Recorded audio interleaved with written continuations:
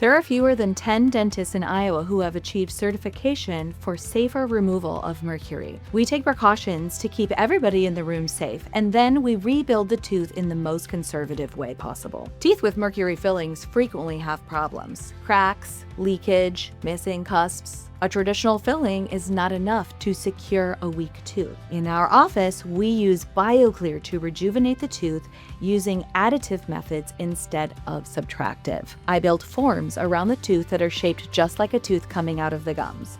Then I use injection molding to fill in what's missing. In this way, we are avoiding removing large portions of the tooth that would be necessary if we were crowning the tooth. Instead, we only remove parts of the tooth that cannot be relied upon.